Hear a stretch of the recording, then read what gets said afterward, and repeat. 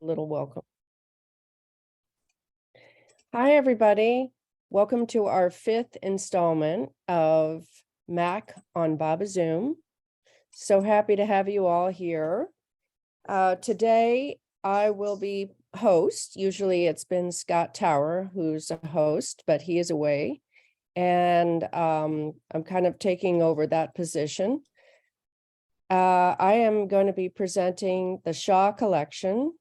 There's no way to present the entire Shaw Collection, just a few little pieces from the Shaw Collection, and also a little wonderful Baba treasures, Baba pins that Baba actually touch, Baba buttons that Baba actually touch from the Ken Kaufman Collection. And also a video of Ron Kantor and his daughter Julianna singing Ocean of Love to the Shaw Collection Shaw Family Collection photographs of the East-West gathering. So I would like to present my co-host today, Claire Barrett. Claire Barrett is the archivist for Meher Archive Collective, and her title is Archive Manager. There's 13 people on, honey, and I'm on. Hey, Evie, can you mute your yeah, there you go. Okay. So okay, without further ado, let me pull up my slideshow and share my screen.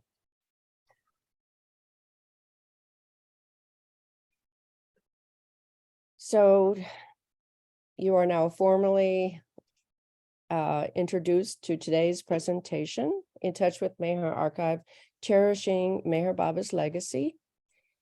And it looks like I need to redo this. Hold on just a second.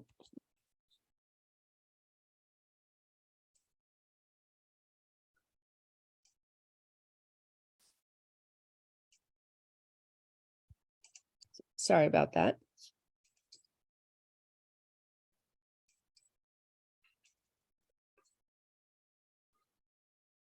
Okay, there we go.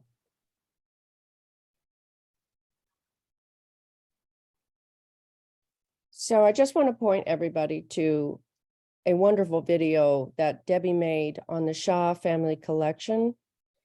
And this was for the annual general meeting. Last year, we put this together. And it is a beautiful kind of overview of our holdings for the Shaw Family Collection. And it, oops, sorry. And it features Sherry Keller, who is the granddaughter of Darwin and Jeannie Shaw. And there's a couple photographs here of the family. Let's see, next slide. And I want to, we wanted to start with a little excerpt from As Only God Can Love. Claire, take it away. Good morning, everyone.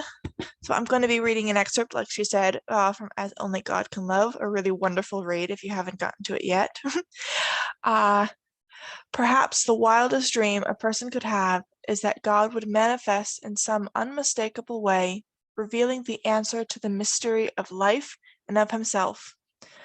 For the lover of God, this would be the earthly experience of the divine beloved clothed in human flesh, living and dwelling with his lovers, searching them out to share with them the incomparable wonder, beauty, and divine love of his infinite being. This may seem like an impossible dream, yet it actually happened during the 20th century. I know that it happened because through God's grace, I was one of those who intermittently associated with Meher Baba, who was to me the second coming of Christ over a period of some 35 years between 1934 and 1969. I feel that I was born to witness this great event and to play a part in Meher Baba's divine cause. Very beautiful words.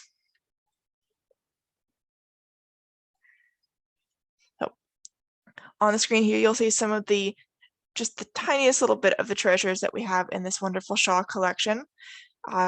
There's Excuse me, I need to jump in here. Heather, do you mean for us to see this picture of the what must be just visible to you, because part of the screen is blocked? Oh yes, Heather, that little window. Oh, okay. I'm sorry about that. Give me a second. You're seeing the little presenter view? Yes. Okay, sorry. That's wonky. Yeah, we don't want that. Since when Claire began to speak, Yeah. so I don't know if Oh, you want to do goodness. that over again. Yeah. Okay, that's fine. Go Okay. ahead. Better. Thank you so much for pointing that out to us. I hadn't noticed. All right, well, like I was saying, this is just the tiniest bit of the treasures that are in the Shaw collection that we're going to be going over today. There's an infinite amount more that's going to be available in the archive and on our database when we get that put together. So on the screen here, you will see some of what I found so far that I think is most incredible. You'll see two of Monty's postcards to the Shaw family, one of which is the floral illustration, which is just beautiful, and the other is the very cute heart-shaped, in which she gives her fondest love to Jeannie and dear Darwin. She really was such a sweetheart, so the heart is very, very fitting for her. And next to the heart-shaped postcard, we have one of the two East-West gathering badges that Darwin and Jeannie wore in 1962. And we have a bit of Baba's hair and pressed flowers, which is such a treasure. We absolutely love these. So Heather, next slide, please. Now, these are also really cool, very unique treasures. You will see orange seeds from an orange that Baba gave Darwin during the 3 incredible weeks. We're so incredibly glad that he didn't throw anything away, because this is a one-of-a-kind item. You'll also see bark and leaves from Mare's tree. So very cool. Again, absolutely precious and one-of-a-kind finds. So next slide, please, Heather. And we now even have a garland that Baba wore himself, and it is beautiful and in incredible condition. Next, Heather. Okay, if you, I didn't know that I couldn't get my presenter view. So if you could give me a second, I have to pause for a moment. No worries.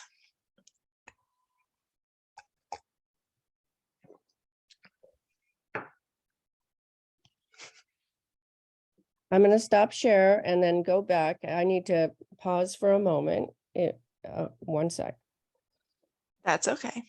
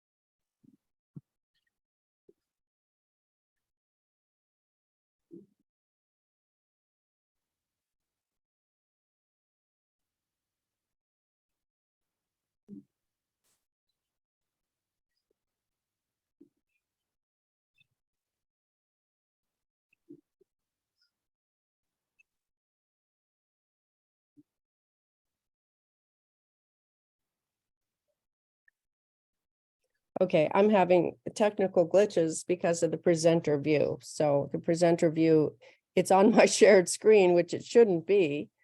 I'm just gonna go in and you're gonna see my presenter view and because I'm a reading and from the excerpts from these documents. So here we go. I'm gonna put you back on share screen.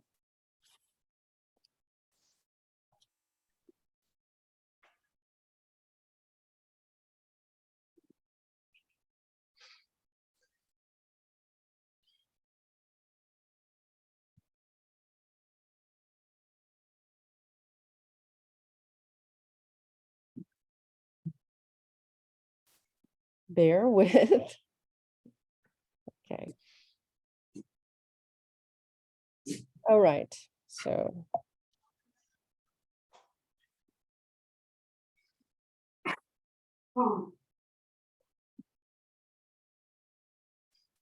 Okay, so I'd like to bring up this letter from Baba to Darwin. And it's a beautiful letter written in 1935. And obviously Darwin and some Baba lovers are thinking of building a retreat, a place for people to come to talk about Baba.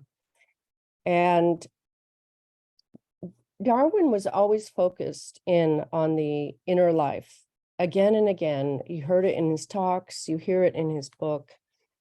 And I think it all starts with Baba and Baba's messages to him. And in that letter, Baba states, I am glad to know about the loving ones of the group that you have formed and who wish to start a retreat if plans succeed.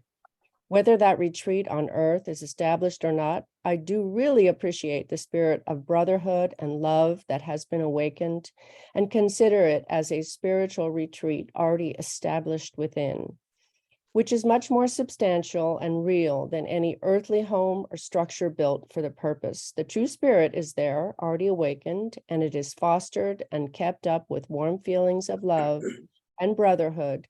It will eventually bear results that will be helpful in the development of spiritual understanding of life and things pertaining to life. And wherever such spirit of love and brotherhood prevails, inner light and guidance will always follow invariably. And rest assured, I will always be with you and the other dear ones working in unison in the spirit of love, and my spiritual help will always be forthcoming wherever I am, wherever you all are. So if a retreat is managed and established, all right. But if it is found difficult to arrange for one, do not despair, but keep up the spirit and carry on the useful work, even without a retreat, and I will always help you. I give you and your work all my blessings. And later on, Darwin writes, and there's an excerpt in Our Constant Companion by Balna too, about the inner relationship with Baba and about being at Myrtle Beach, being at the compound of Baba's house and looking towards the sea and thinking about Baba and relating to Baba in his heart. And later on, when Baba came to the center, he acknowledged that all those thoughts that Darwin was having of him. And let's see, I can move my screen here. He quickly walked over to the steps at the porch entrance to the house and walked up the steps, turning around as he reached the little platform at the top. He snapped his fingers to catch my attention, and as I looked at him, he raised his right arm, bending it at the elbow with his index finger extended. Then he slowly lowered his arm. He looked at me with an expression which seems to ask, "Did you get it? Do you get it?" I caught his thought immediately and exclaimed, "Why, Baba, you are reminding me of how I used to come here and think of you." He nodded affirmatively and motioning us to follow him, led us into his house. Now, this is a theme of Darwin's, this inner life with Baba. And to continue, thus Baba confirmed that our inner relationship with him is a valid one and not just our imagination. Oh, sorry. Let me go back. It's okay. Okay. And Oh, one, yeah, there there. we go. Perfect. Thank you. So some other really wonderful items that are in this collection are orders from Baba to Darwin in July of 1940. And it's just a list of things that he is meant to do or not do for the following year, starting from the date which he receives it.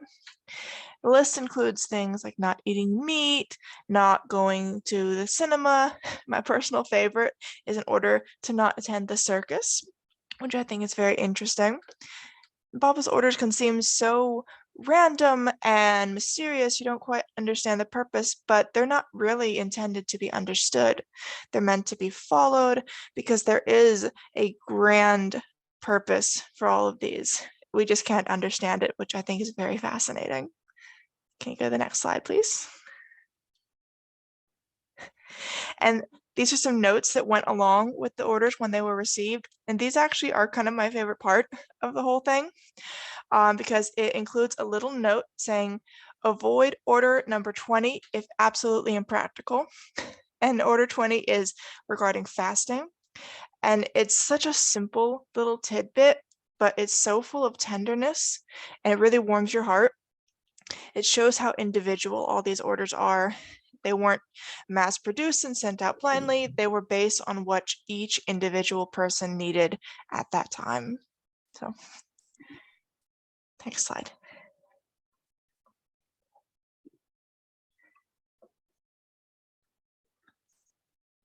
Sorry for this wonkiness. I just thought this presenter view would be a natural thing here. So, so regarding orders, an important event for Baba people all over the world commenced on, this is a little excerpt I found from Glimpses of the Gone Man. And this talks about Baba's orders.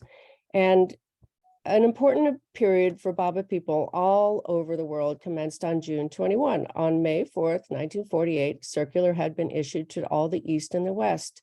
It contained information that Mayor Baba would be engaged in a special type of spiritual work. All disciples, devotees, and followers, both men and women, were to carry out one of the following 5 orders for a period of 1 month. And here are the orders in this instance.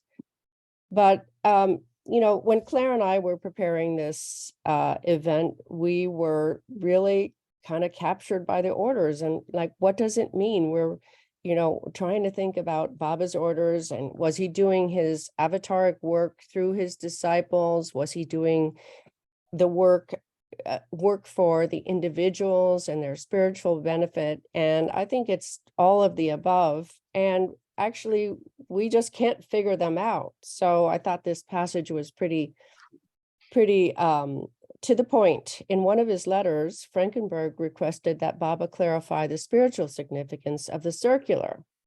The reply sent to him through Dr. Ghani stated, to try to understand a perfect master from a limited, egoistic human standpoint is a sheer impossibility. By one action of his, the master perhaps serves many purposes on different planes. The only thing worth doing is to carry out the master's behests most sincerely. And these are some of the treasures from this collection. These are Shaw audios, which Phil Ludwig has been helping us to put on, to digitize. These are very fragile, so it has to be done very carefully. So we've gotten a few audio, specifically a an audio from the East-West gathering where the Westerners sing "He's Got the Whole World on His Hands." It's very faint, and perhaps we can endeavor to get a clearer audio. And then we hear Erich presenting and everything. We have to strain to hear it, but it is, it's there, and someday it will be worked upon and it will be available to all. And these are, on the middle photograph, these are Norina Machabelli's correspondence. And Ken and Barbara Rickstedt did a great spreadsheet there, as you can see, very meticulous about what's in that package. And these are the letters on the right, are the letters from the Marianne Florsheim chairman. And so you see, we have so much to do, so much archiving, inventory, and digitizing, and all to get up on our database in the future and available at the archive. And this is just a smattering of correspondence about the center and the center work. And here I'm going to introduce to you Debbie. Debbie, are you able to talk today, or do you want me to read for you? Hi, everybody. I'll do a little talking and then you can read. Can you hear me okay? Yes, I can hear you great. Yeah, Debbie Okay. has been scanning the correspondence about the founding of the center and all the work done upon the center. And she's, okay, Debbie, take it away. Okay. Well, just you have to excuse my voice. I'm still recuperating from surgery. But the great news is that Baba has given me the energy to do some Baba projects here at home. And I'm so excited that the Mayher Archive Collective brought over a scanner so I can scan these letters from Elizabeth to Darwin. And the letters were written in 1947, 48, and 49. And where was she? Mostly in Merizad. So she could go straight to Baba and ask about the dollar amounts being spent, ask about the size of trees being cut. And that's what I've been enjoying so much, is scanning these documents, because you get a flavor of Elizabeth's incredible attention to detail, just like Baba. And I want to piggyback on what Heather just said, is that some days these will all be up, shareable around the world, to archives around the world. And the Mayher Center is going to be so very much interested in every tree, every ditch, every roadway, every topographical note. Well, some people are going to be interested in that. And that's what we're finding in these files. They're just amazing. So this first thing that I would love to, is that number one though? No, actually, I'd like you to read the other one first. I meant for the other one to be first. Yes. Okay. Okay. That one. Yeah, this is the first one that I'd like you to share. And she's been writing to Darwin about, this one's more about how they're going to relate to each other. And believe me, when she says that telegrams and letters are flying internationally, she's true, because I'm scanning something from one day to the next. It's unbelievable. So, oops, somebody's got their mic on. Can everybody mute? Okay, so let's just have you read from, it starts with my negative quality and your positive quality are both used by Baba as ground contacts. And then you could start with, in any case, you could start reading right there. In any case, the unusualness of corresponding about the details of a drainage project between America and India that Baba has directed us to dig together is apparent. It might even cross your mind why he wants it that way, requiring letters and cables to fly back and forth between West and East. From the ordinary point of view, it would be easier to let the one on the spot do it all. That is, if it were only a drainage project. Nothing we do for Baba is just that which it seems.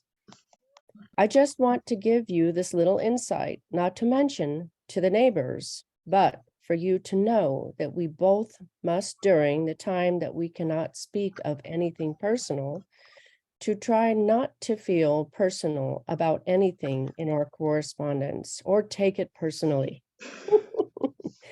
You looking at a thing from the west and I from the east are bound not to see the work to be done, but from opposite directions, but to cooperate and coordinate with opposite viewpoints, but for the same goal is what is needed today in the world, individually applied. This is Elizabeth signing off for 1949. Now let us get on with the job. Wonderful. And this was at the beginning of 1949.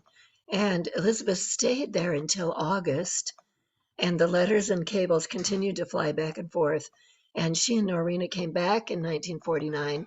And then, of course, Baba went on the new life in October of 1949. So let's just take a quick look at the next one. And I don't think I have a lot of time here, so I'll just tell you a little bit about it. And you won't have to read the whole thing. But I told Peter that this is the kind of thing that he would love to be reading because it's about trees and pathways and how she really was a micromanager, and that's good because Baba sees to every detail. And the expression, the devil is in the detail, is wrong because the expression should be God is in the details. But anyway, we'll just have this up on the screen, and then later when it's on YouTube, people can pause it and read it word for word. But I just thought it was so dear the way she starts. I'll let you talk from where it says the use of mules are the best way for the property. That's the third paragraph down. And she's talking about being very careful about not taking too much out of the beautiful forest property.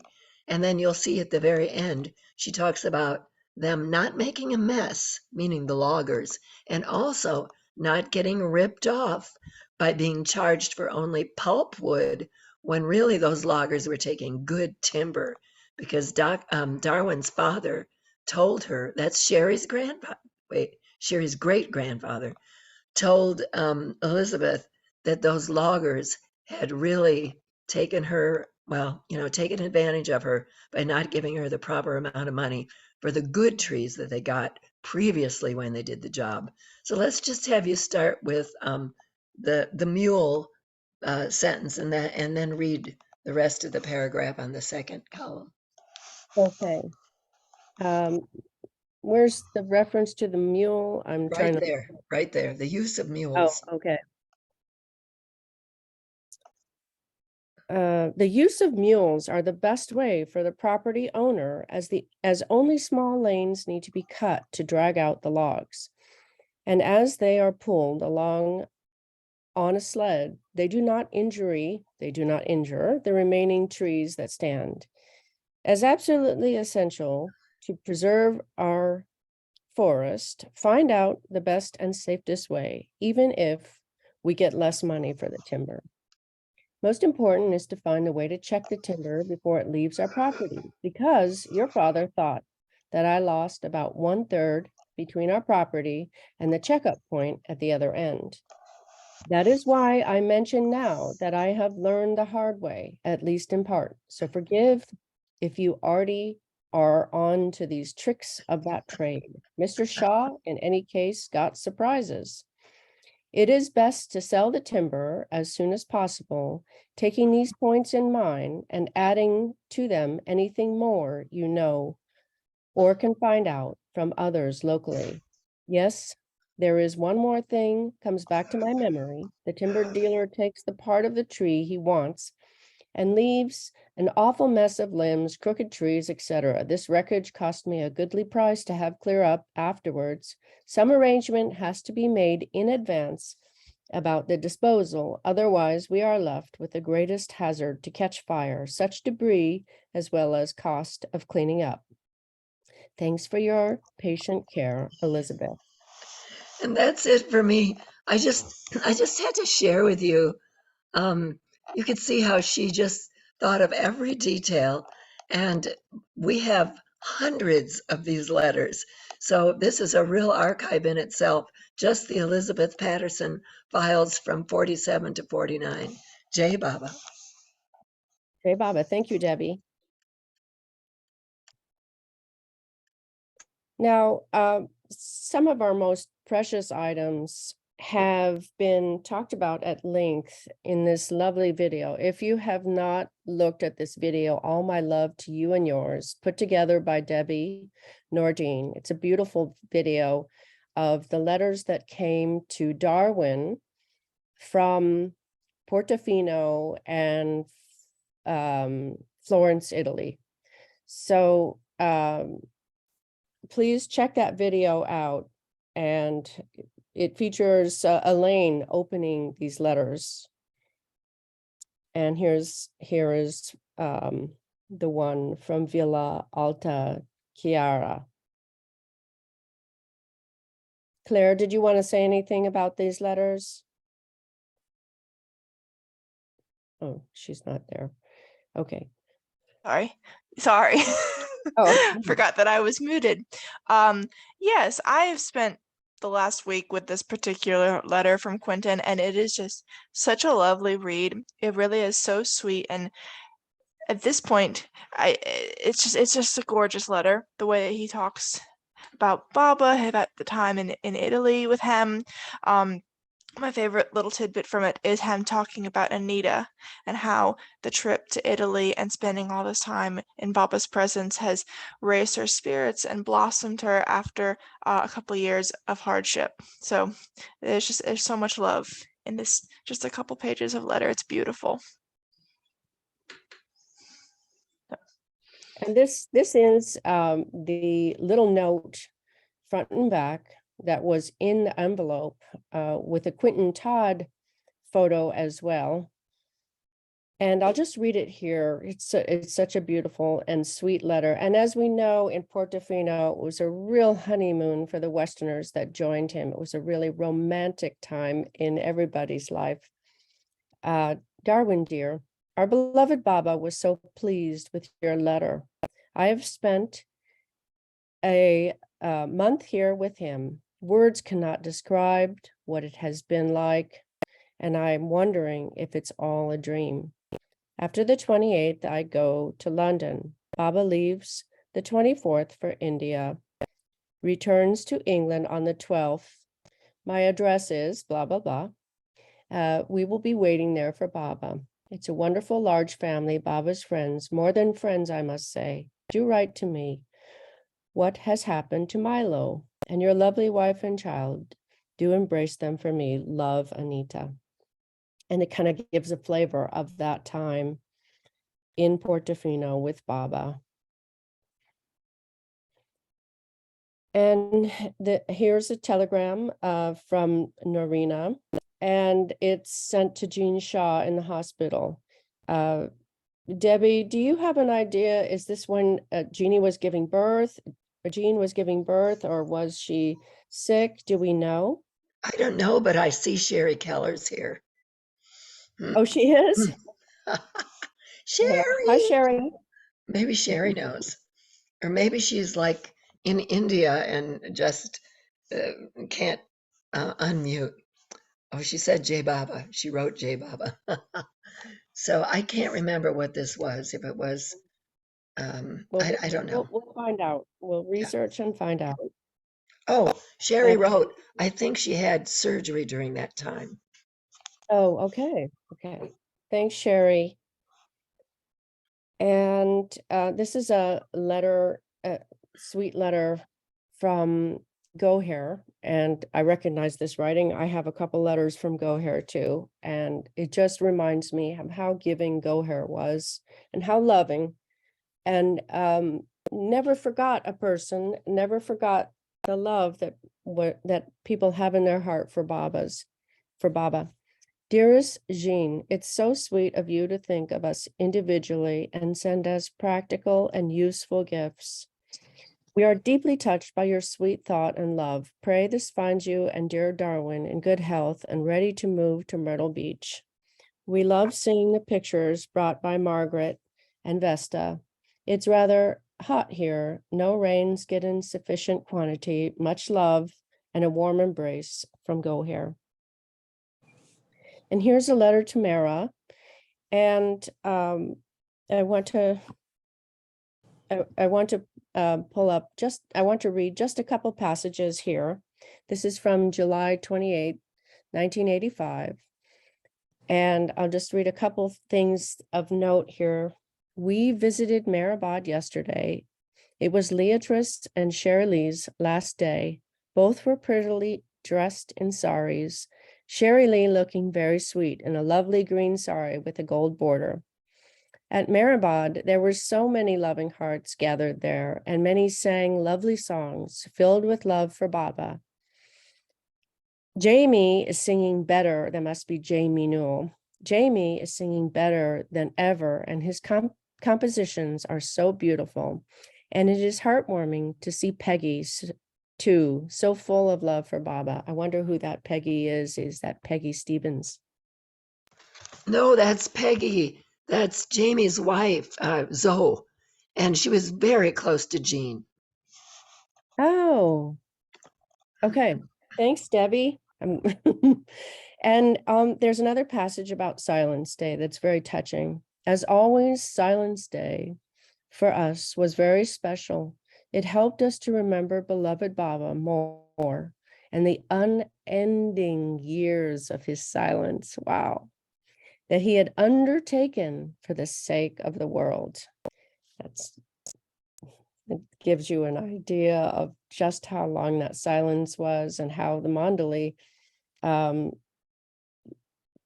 they used to hear his voice, but then for years, for 40 years, he kept silence. And it, anyway. So this is a reply. This must be a reply from 1951 to Jean's letter to Baba. And it says, Baba's reply, my dearest and most loving Jean, the yearning and heart's love poured out in your letter touched me deeply. About all your difficulties, try to be brave, and whatever happens, think it to be wholly and solely God's will, and be resigned. About your son, let things take their own course. And about your health, see a doctor if your complaints get any worse than they are now. My love to you and to dear Darwin, Baba. Now, this is written in Hyderabad and handwritten by one of the Mandali, most likely. It's not Baba's writing, but it just, to me, when I read this, it's like this could apply to me today.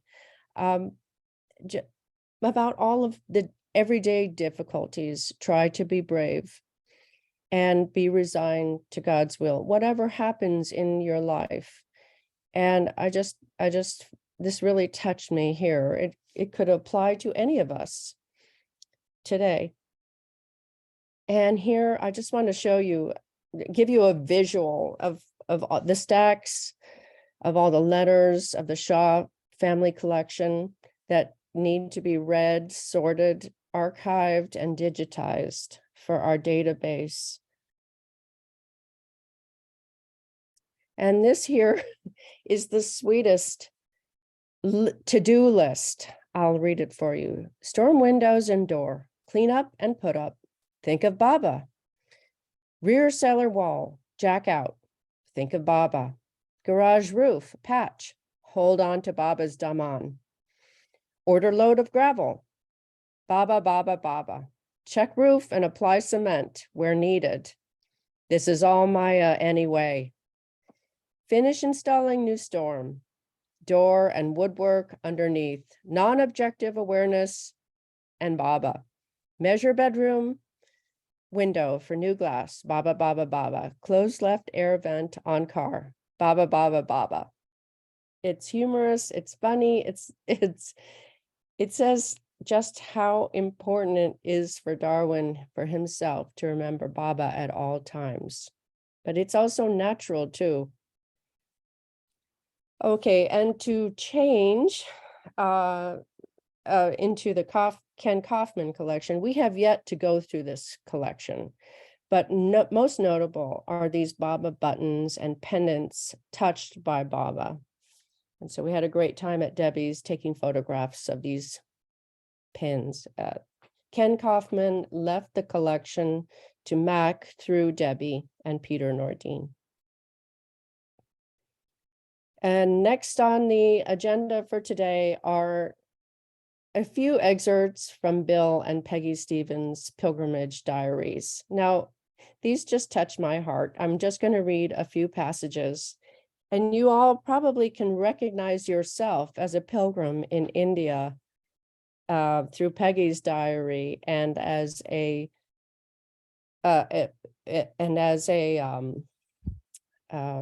guest at the Meher Spiritual Center, hearing about Baba and delighting about Baba in Bill Stephens' diary. And I do have to pull up here my little screen because I've written it out. I've transcribed it for easier reading. And I think I especially need that for Bill's. But you can see, I'll just read I'll just start reading this. This is easy reading. Reconstructing events. This is the first page in 1987. And I love this because I was there in 1988, 89, and this sounds like my pilgrimage. Wednesday afternoon, unpacked and rested. Dinner, rice, dal, salad, vegetables, chapatis, back to bed early. Thursday a.m. morning. Arti was beautiful. I was very teary as Ted Judson sang, "How Great Thou Art." At the time, I was bowing to Baba in the tomb. At 10, we boarded the bus for Merazad, stopped at the trust office and bought a photo and of Baba and a hat. Erich greeted us warmly, talked at length about devotion to parents, obeying parents. A lot of us had trouble with some of his statements. Later, Bill reminded me he is of Indian culture. Strong family is a matter of survival in India. We also discussed what it means to give it to Baba. We've all heard that phrase, haven't we? Erich says, you must ask Baba to help you with decision, then give the decision to Baba and go on. Was tired after the bus trips and didn't go to evening arti. Dinner. Now this is really cute. Dinner, macaroni with tomato sauce on the side. Okay, we've all eaten that dinner. So delicious. I had 3 helpings. Slept well under mosquito netting, getting used to hard bed. Asterisks from before. Saw Mara and had tea with her. Now that must have been interesting. I can only imagine. Tea with the ladies in Mara. And it goes on, but I'll just read one more page. Friday to Ahmednagar on the bus, 10 a.m. for shopping. So we've all been there. Christine took us to Sarda's, and we had so much fun for an hour and a half buying scarf material. Stayed too long to get them hemmed. Also missed the bus at 12:30 and had to get a rickshaw back to Mehrabad. What a ride. After lunch, we got ready to go visit Jal and Dolly. Their place is so beautiful, with a spectacular view of the hill. Dolly served us tea and cookies. Brian came in and joined us. Then she showed us through the house. Then Jal showed us through his garden, his large garden of fruit trees and coconuts, jambul, good for diabetes, and flowers. It was quite dark when we finished, so that we drove up to the hill for arti and then drove us home after. So home must be the MPC. We met his mother, who is a strict Zoroastrian. She goes to arti also, but Dolly says out of respect only. Evening arti. Bob and Jane usually sing, but every other song is by an Indian couple who sit on a rug in front of the door. He plays an instrument like a harmonium. She sings and plays cymbals. Nazu plays drums, very long pieces, so there's less Western music than Eastern. Mornings, Ted Judson plays and sings wonderful songs. Others sometimes sing with him, Greg and Gay. So this must be our Greg and Gay Dunn. Sometimes sing at morning and evening or evening. I sleep very well at night. And it goes on, and there's some shopping trips here, and you just sort of, it's all written down nicely, what I too experienced. I went to Jal and Dolly's and had tea with them and cookies, and we even watched the movie Tukaram at their place, like many other pilgrims. And here is Bill Stephens' diary. And this is this first page here. It's at the lantern. That must be the lantern cabin. And it's on Christmas Eve on 71 or 76. I'll have to ask Roger to decipher that writing. So it says tape of Naja. So this must be the Baba's cook, Naja. Lived in the same lane as Merwan, 2 hours away.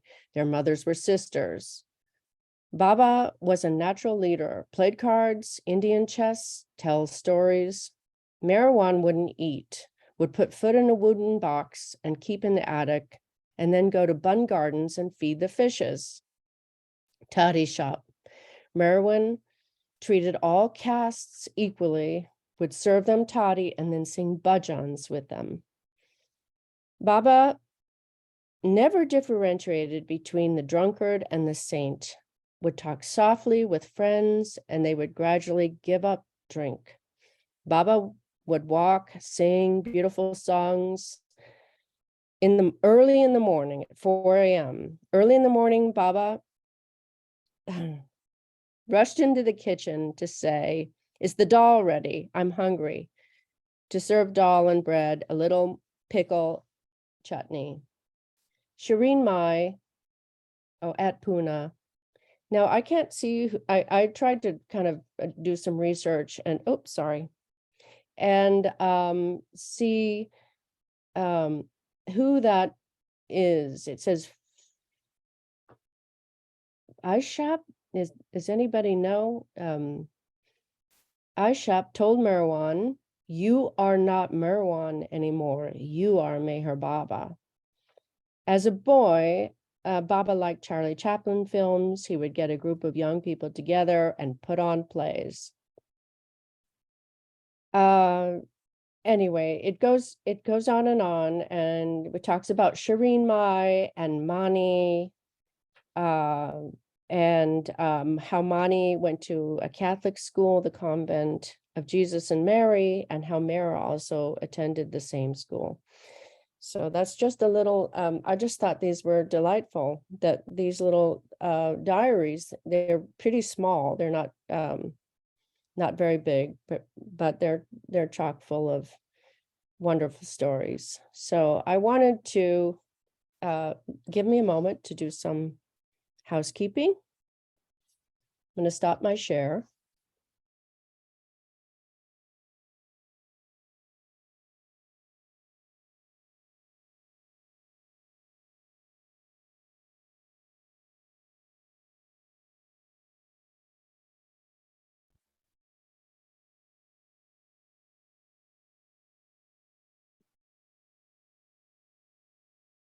Okay.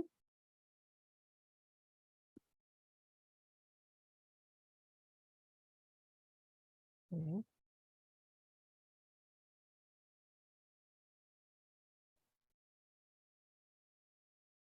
All right, I'm back with you all. I wanted to ask everybody if they're interested and they feel inclined to please watch Meher Archive Collective's annual general meeting. This took place on November the 13th of this year, and it's going to fill you in on everything we do in the archives, at the building's progress. You can see the board, each member of the board present on fundraising and governance. I'm sorry. And we also had Ward Parks be our keynote presenter. So please tune in and watch our annual general meeting, and you can hear all about MAC. You'll get a good idea of what MAC is. There's a lot of pictures of the building that Hugh presents, so you can see the progress. And without further ado, I wanted to introduce you to our last feature, and that is Ron Kantor and Julianna McKenzie Kantor singing for us The Ocean of Love. They recorded this in Phil Ludwig's studio in 2018. And let me pull up my notes here for a second.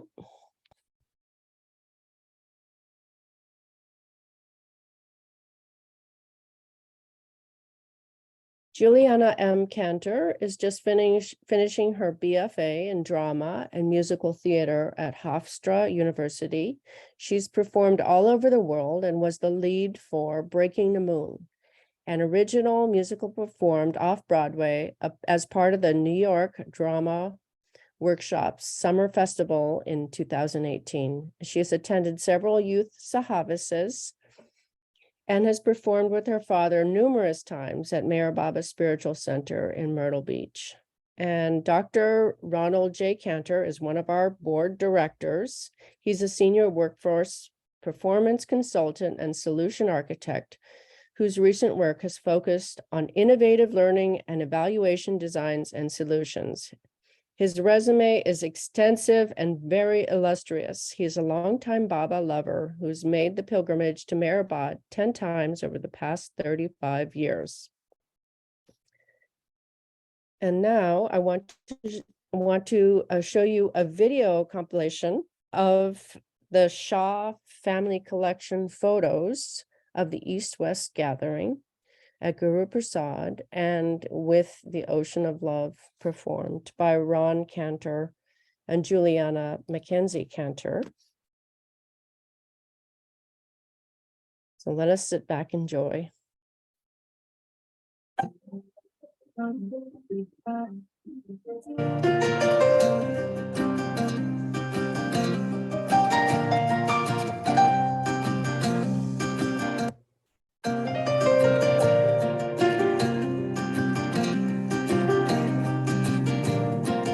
I am the ocean where all have begun.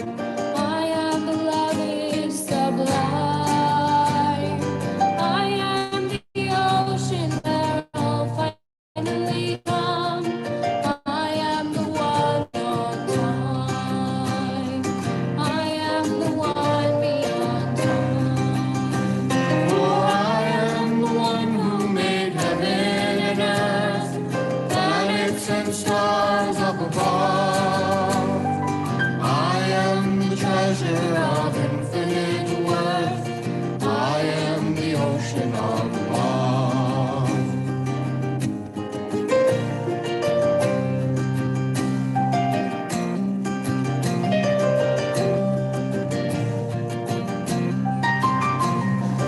I am the ocean of limitless joy, infinite consciousness too. I am the music that never will cloy. I am the ocean in you. I am the ocean in you. For I am the one who made heaven and earth, planets and stars up above.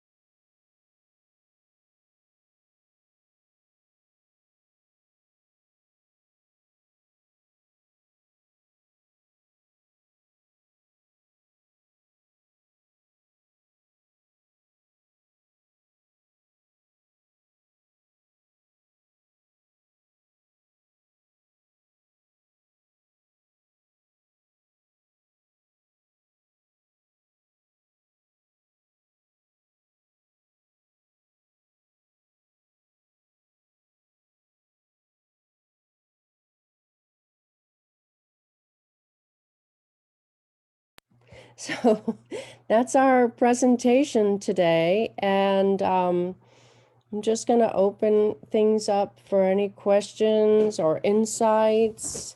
I wanted to know if you all enjoyed Peggy Stephens' pilgrimage diary. Wasn't that a hoot?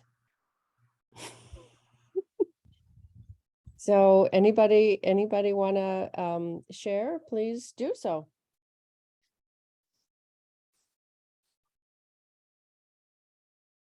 Everybody's on mute.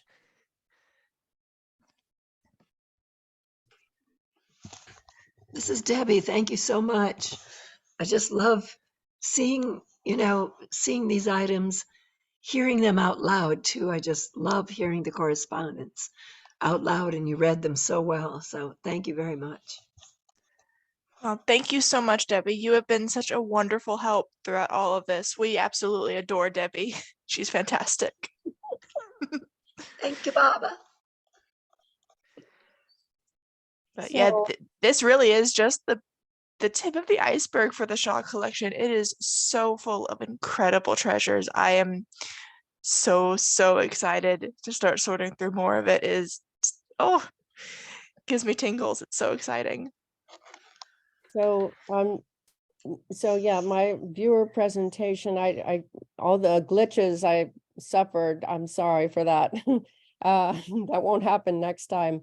I thought that I had typed out some of the correspondence so that I could read better, from the diaries and whatnot. But I realized I didn't need my presenter view anymore because I'd already typed it up and sort of deciphered the notes. So thanks, Diana, for giving me the heads up that it was presenter view. Well, it's very exciting to think about everything that Mag is doing.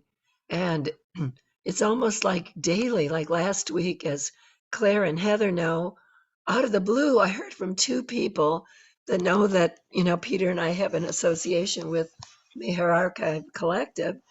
And, one person wants to donate a shirt of Muhammad's, and somebody else has amazing correspondence from the Mandali.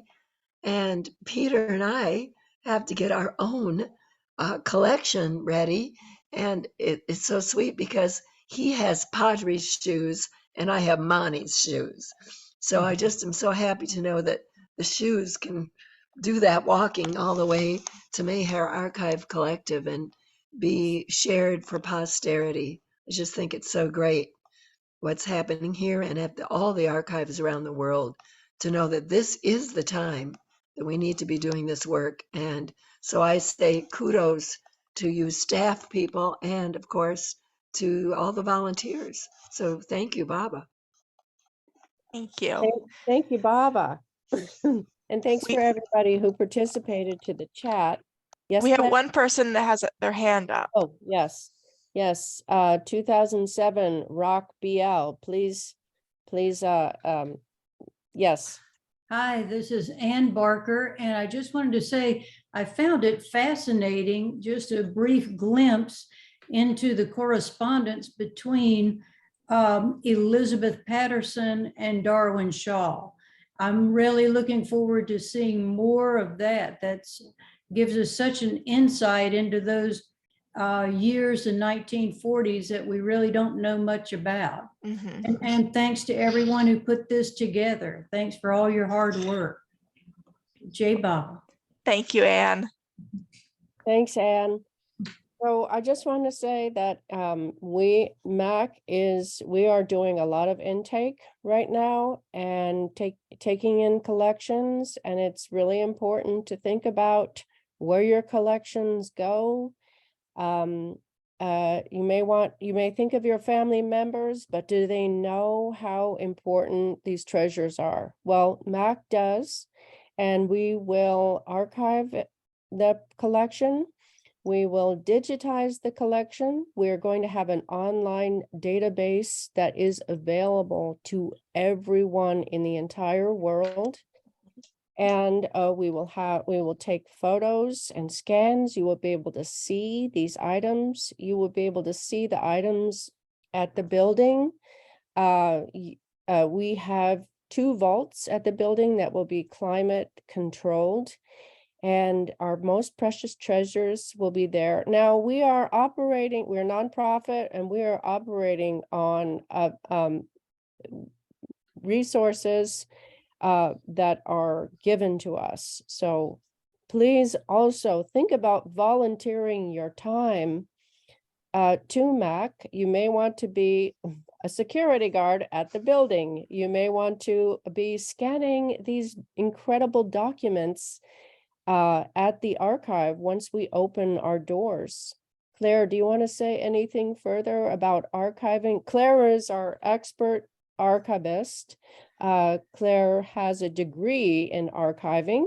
So she's the person to really speak about how these treasures and documents need to be handled. Well, absolutely. Thank you. Yeah, there's a wealth of information about how to be storing all of these things correctly. And the last Baba Zoom that I did in was that August, I believe. I talked a lot about archiving at home with documents and letters and that sort of thing. And I'm going to be doing more in the future, talking about other type of objects. But if you ever have any questions that you want to answer about archiving at home, getting things ready to be donated, hopefully maybe to us, which we would absolutely adore, please email me.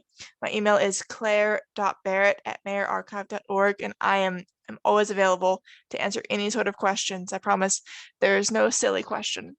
So I just got a question on the chat, and a person is asking, I have a number of letters from Bauji and either 1 or 2 from Mara. I need to read to see if it's appropriate. And that must mean you need to read and see if it's appropriate to give to MAC, and it doesn't give away too much personal information. yeah. Absolutely. These letters, if you intend them to be private, you can still donate to MAC, but you have to specify certain passages remain private. But these are exactly the type of things that we are going to archive and share with the world. But we do take donor-specific requests in mind, and if they just need to be spelled out on the donor archive agreement. Mhm. So Claire, do you want to talk about the donor archive agreement? Yes, I'm in the process of editing it to make sure that it's fully up to date and as clear as possible. And I can send that out to anyone also if you want to take a look at it. But it just gives kind of the basics of how things are going to be handled in the archive. It gives you guys a chance to tell us everything about the history, where you got it from, any kind of stories collected with it, and then also kind of special requests that you might have. Obviously, we can't do every single request, even though I would absolutely love to, but we are always willing to be flexible and work with people. So if there's a letter that you think might have some personal information in it, or you're a little unsure about it being available to everyone, we can put some limitations on when and how things are accessed and used. We could keep something private for a number of years in the future until a point in which that personal information being out might not be quite as big of a deal. So we are always happy to be flexible within reason with people, because we want to make sure that when you are giving something to us, you feel completely confident and comfortable. I have no interest in taking someone's treasures away and making them feel like they don't have a say in anything anymore. We want to have a relationship with you guys because our donors are just as important as the treasures that we collect. We love all of you guys. So thank you. So sweet, Claire. All right, Debbie, wonderful. I want to say one thing, and then I want to get to you very urgently. Oh yeah, go ahead. You look like it's important. Well, I just see that Sherry Keller is still here, and she's just texting with us. And Sherry, and she said she sent it to me, but she meant to send it to everybody. Thank you for putting the webinar together. It's beautiful, And I just want to say thank you to Darwin and Jean Shaw and Leatrice and Sherry for being wonderful collectors and not throwing anything away. So, I mean, that was amazing. And that Sherry had the insight and foresight to keep all that collection when she inherited it from her grandparents and from her mother. And then, of course, to pass it on to us for our uh, sharing for posterity. So thank you to all the donors. Jai Baba. Yeah, thank you so much.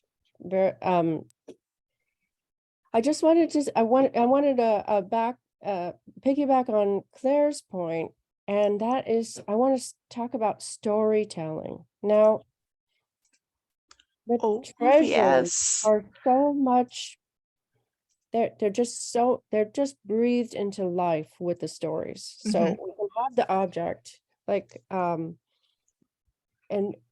if we have some history with the object, if there's history, how you got your sadra, how you got your letters, if there's history behind it, that's so important. Mhm. And I want to talk about this proposal of these letters by our participant today.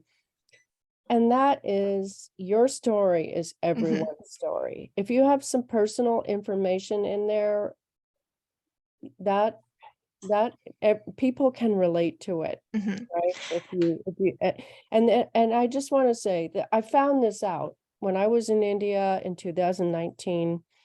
Carla approached me, and Carla's a resident there, and she asked me she had heard, oh, Heather met Mara, and she had heard that I met Mara. So she came, we had lunch together, and she wanted to know everything about anything I could remember about Mara and about my time together. And I told a very personal story about Mara, and I was alone with Mara on the porch, and something incredible happened.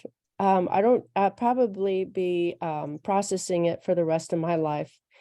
But I told Carla that story, and I realized when I was telling the story, and it was just a little story, but the people that live with Baba all their lives, you know, were asked to tell their stories for the rest of their life when after Baba passed for 30 years or so, telling stories about that time. And it almost like those, I really felt like, oh, wow, this story is not just mine. This is a story for mankind. This is a story about God. This is everyone can relate to this story. Mhm. And it's such a private moment that was it was when I shared it, it became richer because it was being shared with others. Mhm. So I just want to tell you that Claire's actually starting a program, and we're going to announce it on the newsletter. Mhm. You can make an appointment with Claire to tell your Baba story, to tell your stories of the Mandali, to tell your pilgrimage stories. Make an appointment with her, and we'll get it down. Yeah. This is kind of starting because of Susan Paul and her Mhm. incredible stories of coming to Baba, her incredible story of just happening on Margaret Kraft's tombstone, and she loved Margaret Krask and knew of Margaret Krask, and just the incredible serendipity of Baba's personal touch on everybody's life. This is exactly what we're looking for, and we're wanting to record for posterity. These stories will go down in history and time and be there for everybody. And we may not think our personal story is that important, but it is. It's super important. Yeah, I am so excited. Working with Susan recently has been such a treat. And I am so excited to be starting this project finally. So like Heather said, if you have any kind of stories that you want to share, that you want to add to our collection, please feel free to reach out to me and let me know. We have a microphone set up. It's very professional, so it's gonna be really, really fun. And like I said, Susan and I had an absolute blast. So yeah, even if you don't want to right now donate your physical treasures, you have plenty of stories and memories that are just as valuable, if not sometimes more valuable, because like Heather said, that's what really makes it come to life. So please consider joining our little interview project. It's very exciting. Okay, all right. Well, everybody, I just want to give out Claire's information one more time. Yeah, let also me put that in the on- chat real quick. Okay, but Claire, say it for the recording. Say it one more time. It's Claire, CLAIRE .Barrett, BARRETT at meherarchive.org. And you can go to the website, meherarchive.org, and you can also contact us directly on that website. There'll be the main email there below, info@meherarchive.org. Okay, everybody. Well, today was, we're really happy to share these treasures and sort of start to delve into the Shaw collection. Right now, we are scanning and digitizing the Fred Ella Winterfeld collection. Claire is heading that project, and we hope to do it by the beginning of the year, by the end of the first month of the year. And then we're going to start on tackling the Bill and Peggy Stephens collection and the Roger Stephens collection and the Shaw collection.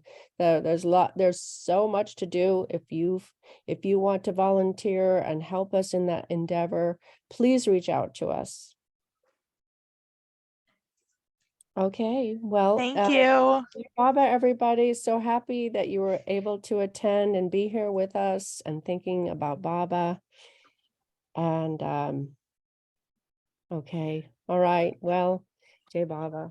Thank you, everyone. Thank you. Jai Baba. Have a nice day. Hi, Irma. We see you now.